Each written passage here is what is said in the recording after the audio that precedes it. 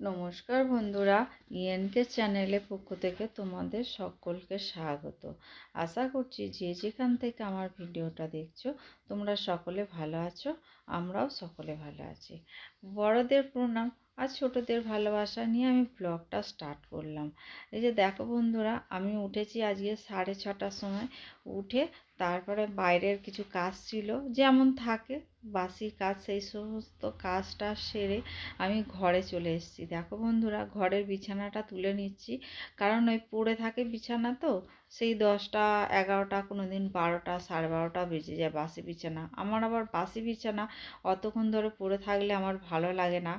আমি চেষ্টা করি তোমাদের দাদা কাজে বেরোনোর আগে আমার সব ঠিক মানে গুছিয়ে টুছিয়ে পরিষ্কার করে তবেই আমি বাসি কাজে হাত দিই। আগে বাসি বিছানাটা তুলি, তারপরে আমি সমস্ত কাজ করি। বন্ধুরা, ভিডিওটা স্কিপ না করে পুরোটা তোমরা দেখলে আশা করছি তোমাদের ভালো লাগবে। ভালো লাগলে লাইক কমেন্ট আর প্রচুর বন্ধুদের কাছে শেয়ার করে দিও। আমার এমনি সমস্ত কাজ বাসি কাজ আমার সারা হয়ে গেছে, চান হয়ে গেছে, কাচাও হয়ে গেছে। আজকে বেশি কিছু কাচিনি, একটা বিছানার চাদর ও বালিশের ওয়ার আর আমার নাইটি কেচেছি, আর কিছু কাচিনি। এখনও কাচার এক গামলা পড়ে আছে। বন্ধুরা, কাচা ধোয়া করে একেবারে চান করে পুজো সেরে চলে আসলাম। এই যে দেখো আমাদের একটা মানে জায়গা এমনই, এই যে সকাল থেকে কারেন্ট যাওয়া আরম্ভ হয়ে গেছে। এখন দিনের পর দিন কেন কি জানি না এত কারেন্ট যাচ্ছে যে বলার মতো নয়।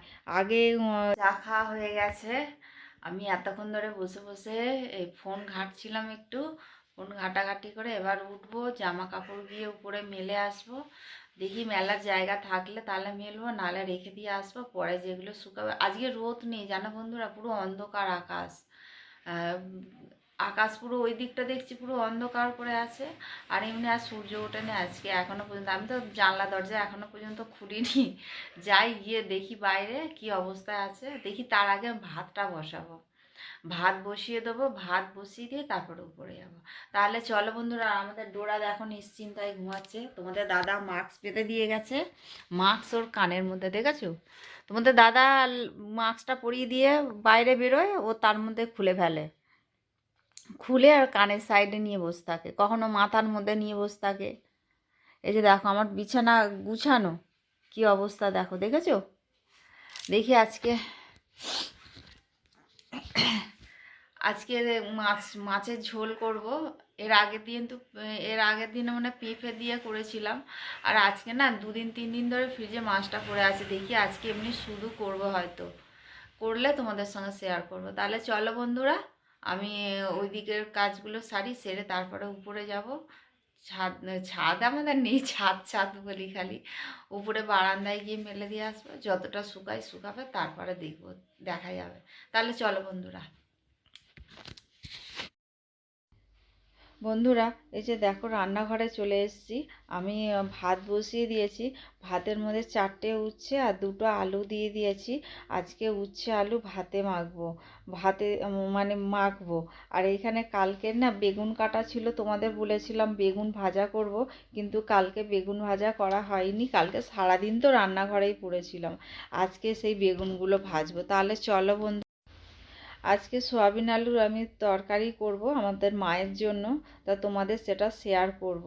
তা ওনারও খাওয়া হবে, আমাদেরও খাওয়া হবে। তাহলে বন্ধুরা, এই যে কড়া বসিয়ে দিয়েছি গ্যাস জ্বালিয়ে। এদিকে কড়ার মধ্যে তেল দিলাম, তেলটা গরম হতে গোটা গরম মশলা আর দিলাম জিরে। আমার দারচিনিটা ছিল না, আমি ওই জন্য দিইনি, তোমাদের ঘরে থাকলে দিও। আর দিলাম তেজপাতা দিয়ে, আর ডুমো ডুমো করে কাটা আলুগুলো দিয়ে দিলাম। আলুগুলো একটু লবণ দিয়ে ভাজা ভাজা করতে হবে। ভাজা ভাজা করে তারপরে দিয়ে দেবো টমেটো। এই যে দেখো বন্ধুরা, একটু গায়ে রং ধরে গেছে, তারপরে দিয়ে দিলাম টমেটো।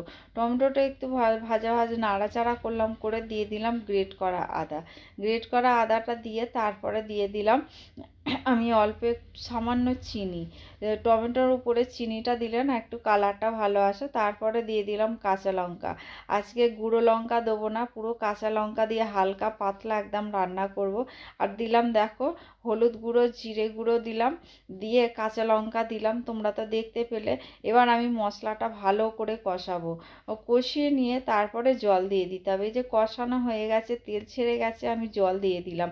দিয়ে কিছুটা ধনেপাতা দিলাম, ধনেপাতা দিয়ে আর লবণটা দেয়া ছিল না, লবণটা দিয়ে দিলাম, দিয়ে নামিয়ে নিলাম। আর এদিকে পেঁয়াজ কলি দিয়ে আমি মাছের ঝাল করেছি।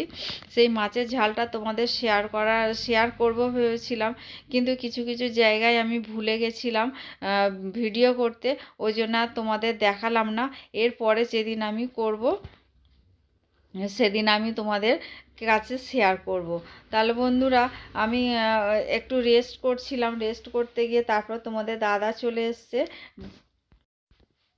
যেমন রোজের রুটিন, তোমাদের দাদা দোকান থেকে এসে ডোরাকে নিয়ে বেরোয়, ডোরাকে নিয়ে বেরিয়ে তারপরে নাতনির সঙ্গে একটু হুড়োহুড়ি করে, লাফালাফি করে টোরে নাতনির সঙ্গে হুড়োহুড়ি লাফালাফি করে এসে একটু খিদেটা বাড়িয়ে চলে আসে খেতে। খাওয়া দাওয়া করে আবার উপরে চলে যায় নাতনির কাছে।